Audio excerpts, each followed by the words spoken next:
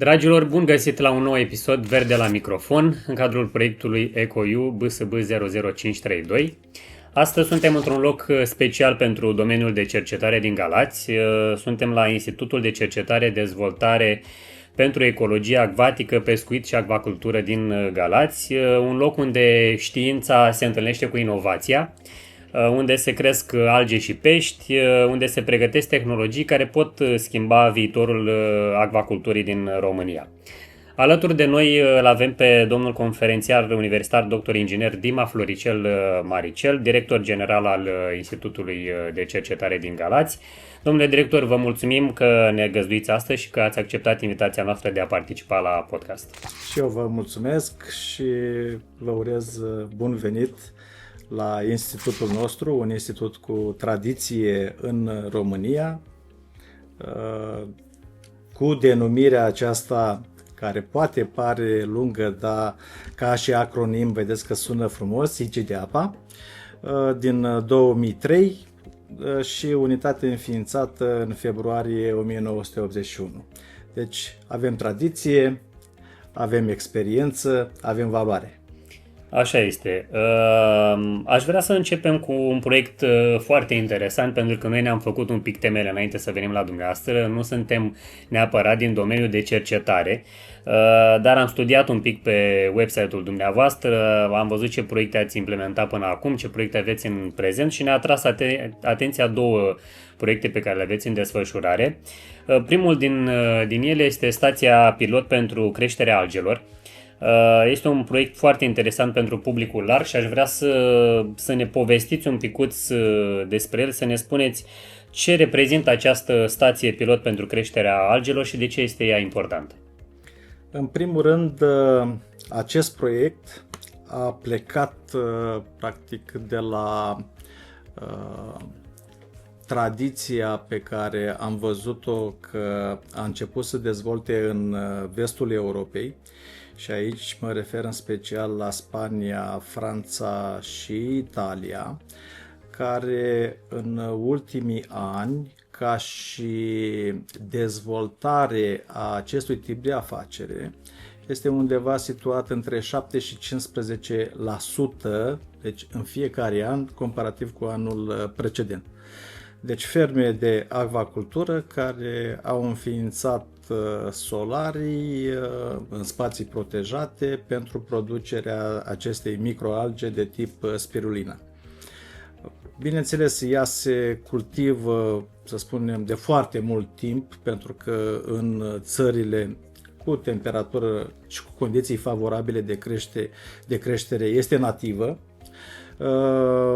De exemplu, aztecii o foloseau ca și hrană, da? Iar în timpurile noastre de acum, deci în general este utilizată ca supliment alimentar și urmează alte utilizări în industria farma, noi, de exemplu, în studii nutriționale la resursele acvatice vii. Deci, de la acest concept că este o vietate de pe acest pământ care valorifică și transformă cel mai bine energia solară, peste 92% randament. Deci ea la cam 2 zile jumate își multiplică densitatea. Deci este extraordinar, nu există în lumea vie, cum vă ziceam, așa ceva. În plus are una dintre cele mai mari concentrații în proteină, deci peste 60%. Are în conținut cei 18 aminoacizi esențiali. Are un conținut favorabil, pozitiv și ridicat de fer, da? Și alte vitamine. Gândiți-vă că este utilizată și este luată în calcul inclusiv de NASA, da, în hrana astronauților, da, în spațiul cosmic. Pentru că, da, dimensiuni mici și Proprietăți cu multe. proprietăți foarte multe, nutriționale, vitaminizante și altele Deja asemenea. Când ați spus 60 și ceva la sută proteină, nu cred că avem produse în magazine cu 60 și ceva la sută Da, proteină. nu există în regnul animal așa ceva. Da. Exact. Cum funcționează ele? Dacă puteți să ne povestiți un picuț despre sistemul ăsta prin care dumneavoastră le creșteți, să-i spun așa. Știu că lucrați cu fotobioreactoare moderne, cu senzori, cu sisteme automate. Cum funcționează efectiv, ca să înțeleagă cei care ne privesc cum se cresc algele, cum pot să cresc alge într-un astfel de sistem? Bun, în primul rând a fost ideea pe care trebuie să o recunosc că a plecat din ceea ce am văzut afară și dacă am zis că aplicăm pentru cercetare, atunci ca să avem toți parametrii controlați și neinfluențați de mediul extern, am căutat să identificăm tipul de tehnologie, da, care să ne permită aceste rezultate și atunci, cum zice, este ultimul upgrade, da, în tehnologie în domeniu, utilizarea fotobioreactoarelor pentru producerea acestei microalge extrem de valoroase. Deci, plecând de la idee, am găsit și finanțarea, trebuie să menționez acest lucru, prin programul operațional de pescuit la acea dată, da? Prin intermediul grupului de acțiune locală pentru zona pescărească din județul Galați, am identificat finanțarea, am inițiat proiectul. Da, a trebuit să identificăm în țara românească un potențial furnizor de tehnologie, pentru că, încă o dată, am gândit aproape și am conceput împreună, n-a mai fost construit un asemenea flux tehnologic până la această dată, de asemenea învergură, automatizare, control, senzoristică și tot ce ține... La Galați avem unul din cele mai moderne. Este unicul din România și este și cel mai inovator din România la acest parametri și cantități productive. Practic avem de la zona de inițiere tulpini, la microproducție în 2 fotobioreactoare de 3 litri, care ne permite să facem studii de comparație în același timp între 2 variante, după care din unul dintre ele ducem în zona de microproducție de 20 de litri. După ce am ajuns și acolo la o anumită densitate, transferăm în fotobioreactorul de 200 de litri. După care și acolo, când am ajuns la densitatea optimă, începem să recoltăm și avem și zona de procesare, dar noi suntem pe componenta, ne ducem până la stadiul de fulgi sau, cum zicem, tipul de tăieței. Că avem și acest aparat care și deocamdată suntem cu utilizarea lor, da, în tipuri de studii de cercetare pentru a pune valoare, eu știu, în creșterea peștilor, da, în nutriția lor și acolo căutăm, da, diferite variante, diferite, da, de optimizare, de, eu știu, creștere a imunizărilor, de creștere a compoziției în omega-3. Asta căutăm, da, prin studiile care le facem și, bineînțeles, multe altele, care se finalizează cu lucrări științifice și dacă rezultatele vor fi concludente, mai departe să le transferăm mediului privat, că la urma urmei despre asta este vorba. Acest proiect, practic, când l-am gândit și ca un model, da, pentru IMM-uri, da, ca să vadă cum de business eficient. Exact, pentru că are tot lanțul și, cum am spus, am intenția, după ce voi finaliza investiția cu modernizarea și reabilitarea spațiului pe ansamblu unde ne desfășurăm acum activitatea în această stație, care este prevăzută la sfârșitul lunii aprilie anul viitor, proiect prin PNRR, să fac și un model, cum am văzut în fermele din Franța, da, pe model orizontal, tocmai ca o propunere de model, astfel încât să poată fi transferat și de către fermierii noștri. Am evaluat potențialul, să spunem, solar al zonei. Suntem într-o zonă cu potențial similar ca cel din Spania, Italia și Franța, în care am vizitat și în care produc cei de acolo, așa că de ce nu ar merge și în România? Asta urma să vă întreb, comparativ cu ceea ce ați văzut în țările din Europa, unde ne situăm și dacă există potențial pe zona asta, așa, comparativ deci cu ce ați avem văzut toate condițiile naturale similare cu cei care produc în statele pe care vi le-am menționat. Acum avem și tehnologia. Și proiectul o să venim și cu modelul, să zic, standard, clasic, pentru că v-am spus, noi am ales modelul de fotobioreactoare pentru că ne-a interesat să avem condițiile care să nu avem ingerințe din afară asupra mediului pe care îl obținem. Da. Iată, Florin, încă un proiect interesant despre care aflăm în cadrul podcastului Verde la microfon. Într-adevăr, sunt proiecte pe care comunitatea mai puțin le cunoaște, dar despre care noi ne dorim să afle. E un proiect pilot, așa cum a spus și dumneavoastră, unic în România.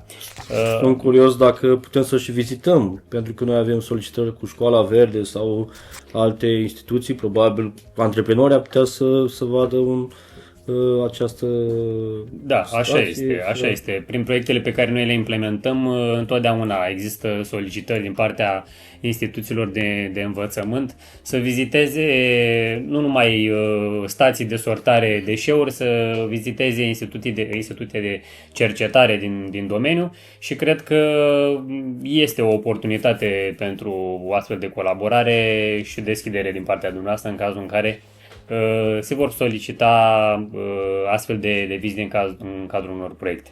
Deschiderea aceasta o avem și am avut-o permanent și o vom avea permanent.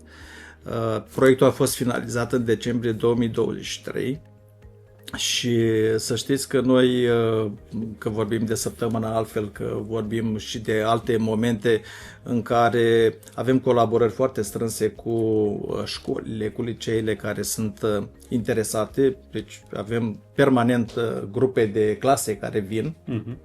Bine, anul ăsta, dar în condițiile care totuși le avem, că suntem un pic constrânși de această soluție prin care ne modernizăm sediul, dar aici, cum ați văzut pe hol, în condițiile astea avem niște cercetări în acvarii cu sturioni care pentru copii, da, să-i vadă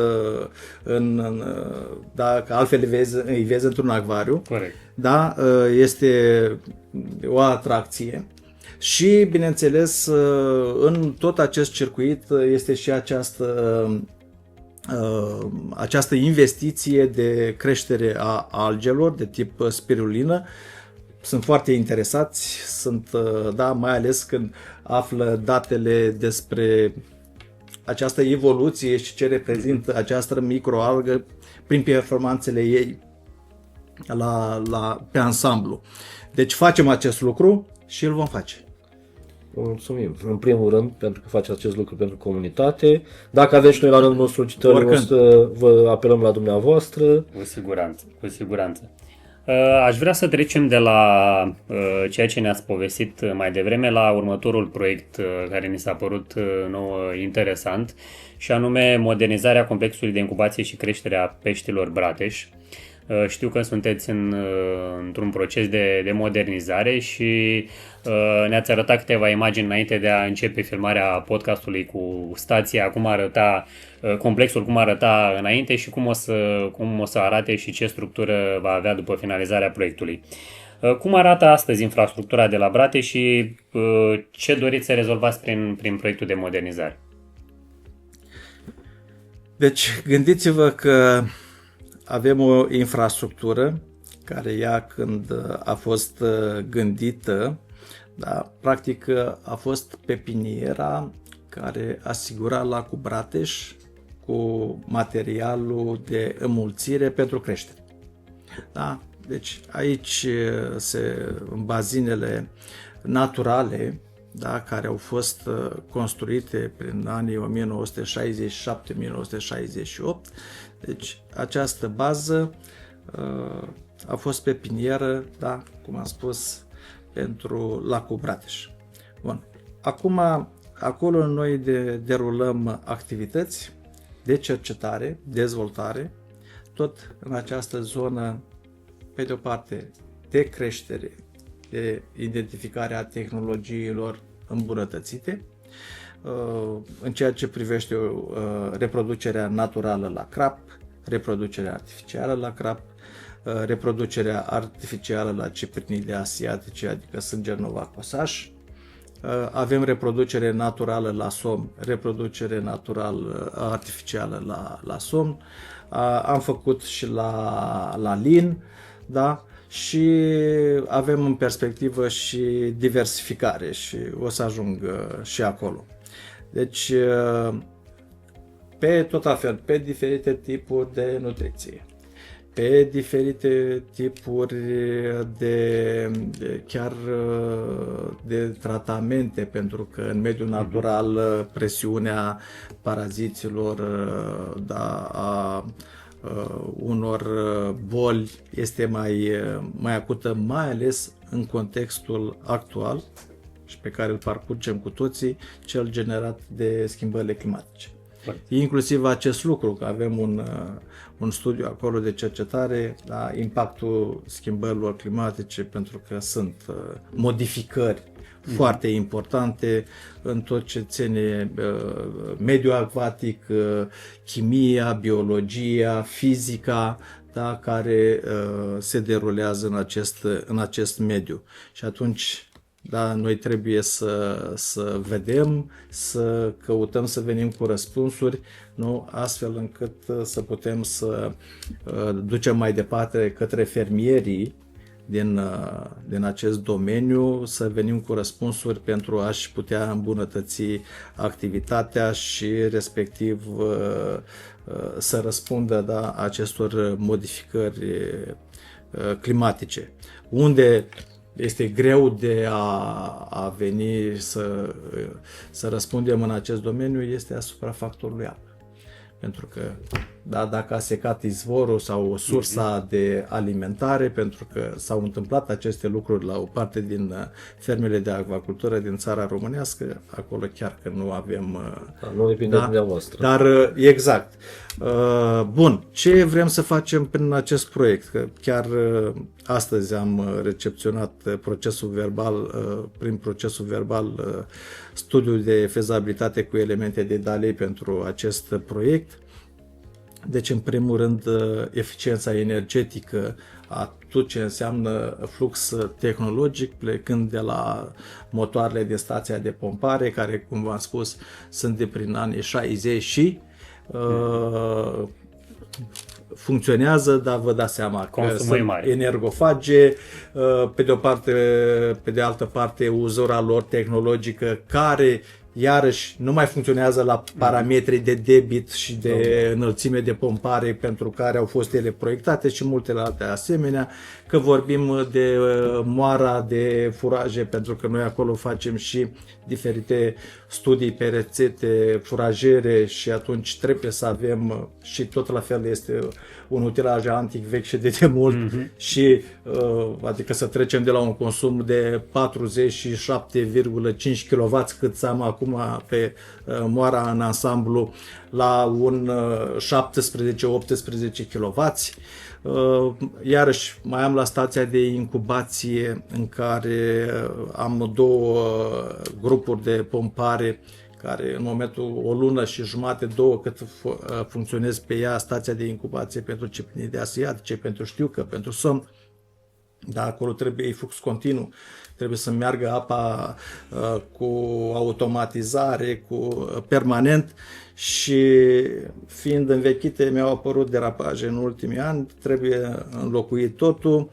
Plus avem luat în calcul montarea de panouri fotovoltaice pe spațiile pe care le utilizăm, tocmai ca o componentă a eficienței și a diminuării consumurilor energetice, astfel încât să ne producem energia pe cât posibil, cât mai mult. Am luat noi în calcul undeva 80-90%, da, prin ceea ce propunem în acest proiect și atunci clar și eficiența noastră va fi mult superioară față de momentul actual. Adică ca să vă dau ca și elemente, cu scumpirile astea la zi pe energie, ultimele luni am avut facturi pe fermă la 25-28 de mii de lei, da, care pentru un institut de cercetare în care funcționăm foarte mulți. Da, majoritar pe venituri proprii, bine, și cu subvenții de la stat, dar vedeți cum se pun problemele economice. E o sumă acum considerabilă cu care Putea să faceți altceva. Absolut, da, adică trebuie să iau, eu știu, din componenta în care să bag la cercetare pentru viețuitoarele acvatice, da, și trebuie să asigur fluxului tehnologic, că trebuie să funcționeze. Fără apă nu am cum. Contează foarte mult ca echipamentele și tehnologiile să fie de ultimă generație, contează foarte mult și componenta asta energiei verzi în acvacultură, poate să rezolve, bineînțeles, că o mare parte din problemele sau cheltuielile cu care se confruntă un institut de cercetare. Odată modernizat, acest complex va putea găzdui noi specii sau noi tehnologii de reproducere?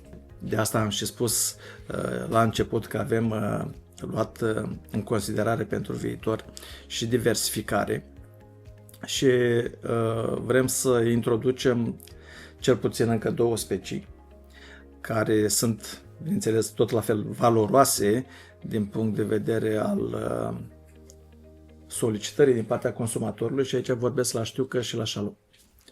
Da?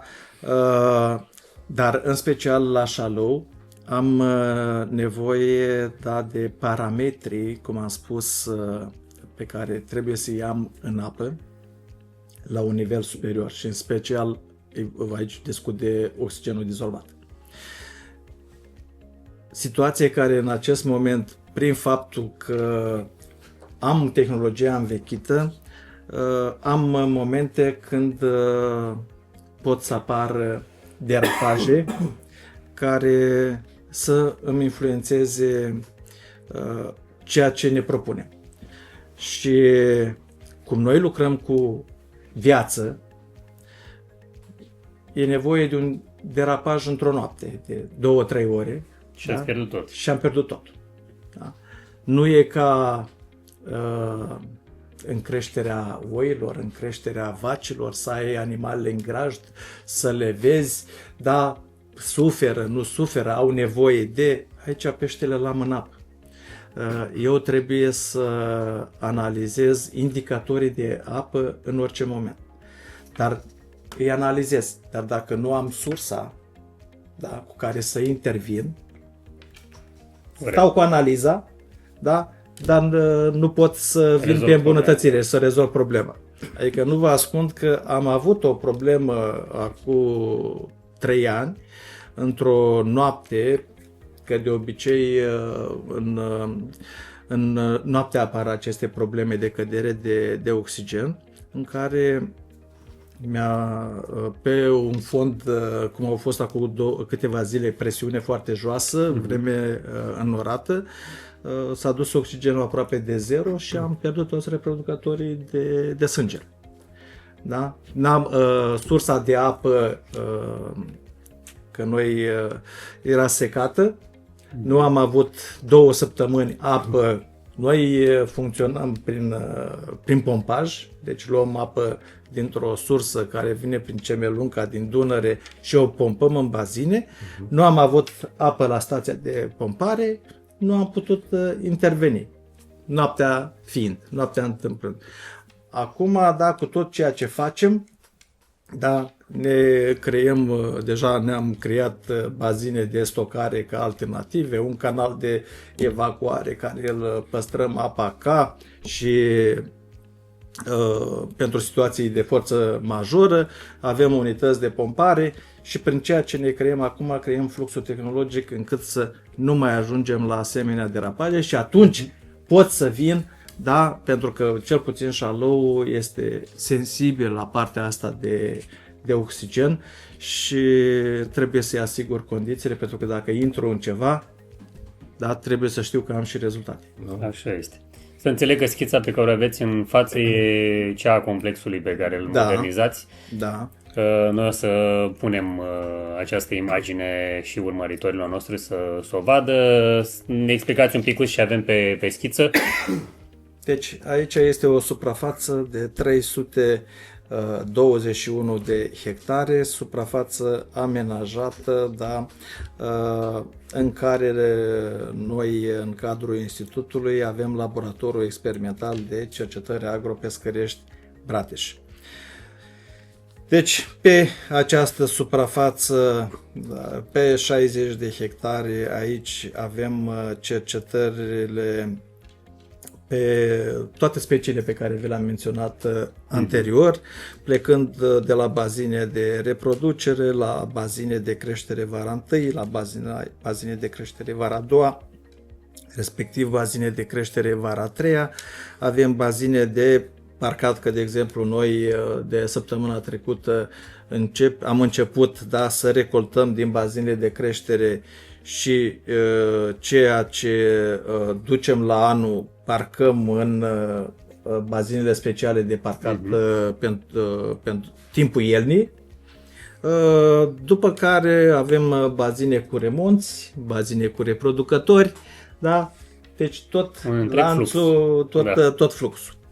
Presiunea care o avem, ca orice fermă de acvacultură care ne desfășurăm activitatea, da, în mediul natural, bineînțeles avem și presiunea păsărilor ichtioface, în special a cormoranilor.